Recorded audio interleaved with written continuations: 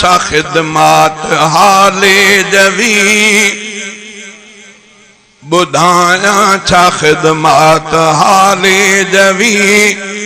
साईं अब्दुल समद मिठे पीर जी बुधाया छा खिदमत हाले जवी साईं अब्दुल समद मिठे पीर जी साईं अब्दुल समद नारे तकबीर नारे तकबीर शान मुस्तफा हजरत साईं अब्दुल समद साहब हाले जवी सय्यदी व मुर्शिदी हाले जवी सय्यदी व मुर्शिदी हाले जवी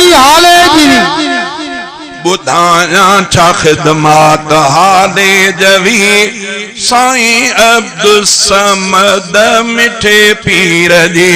साईं अब्दुल समद मिठे पीर जी ओए अबो ॾाॾो जंहिंजा कामिल वली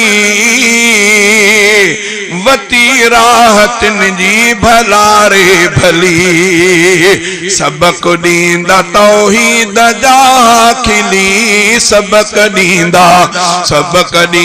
तौहीद जा खुली गुजारे वया दीन ते जिंदगी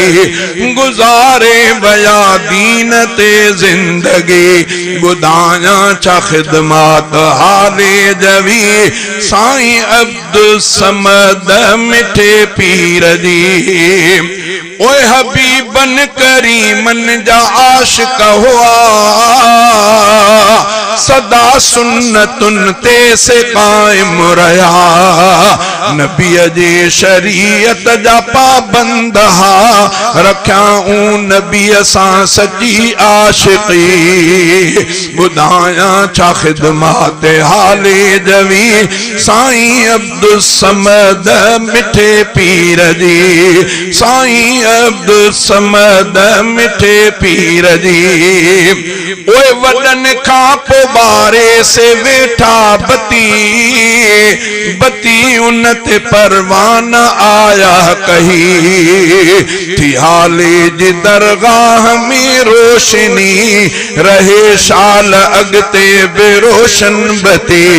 रहे शाल अगते बेरोशन बती बुधाया छा खिदमत हाले जवी साईं अब्दुल समद मिठे पीर जी ओ जिए पीर मुर्शिद ऐं बुजुर्ग हुया इए इल्म दीनीअ जा माहिर ॾिठा जिए पीर मुर्शिद ऐं बुजुर्ग हुया इए इल्म दीनीअ जा माहिर ॾिठा हुआ इल्म दीनीअ जा आलिम वॾा हुया इल्म दीनीअ जा आलिम वॾा तोखे इल्म वारी वया पोख भी नारे तकबीर हज़रत साईं अब्दुल समद साहब हाले जवी उलमाए हक उलमाए देवबंद ओ जमीयत सदा साईं अगवान हा जमीयत सदा साईं अगवान हा जमीयत सदा साईं अगवान हा सदा सिंध में साईं सरवान हा पने वेझो जण चंद्र चांद्राण हा पने वेझो जण चंद्र चांद्राण हा मुजाहिद हुया गाल आहे सची मुजाहिद हुया गाल आहे सची ओही खिदमत हाले जवियते भलो रखो मुफ्ती दाऊद जलसो वडो ही खिदमत हाले जवियते भलो रखो मुफ्ती दाऊद जलसो वडो ही खडवारी गुलशन अब की पयो वलियन सचन जे आसारा थी वलियन सचन जी आसारा थी बुधाया छा खिदमत हाले जवी साईं अब्दुल समद मिठे पीर जी ॾिसो भाव शहज़ादा औलाद भी अथन पग मथन ते शरीयत संदी ॾिसो भाव शहज़ादा औलाद भी अथन पग मथन ते शरीयत संदी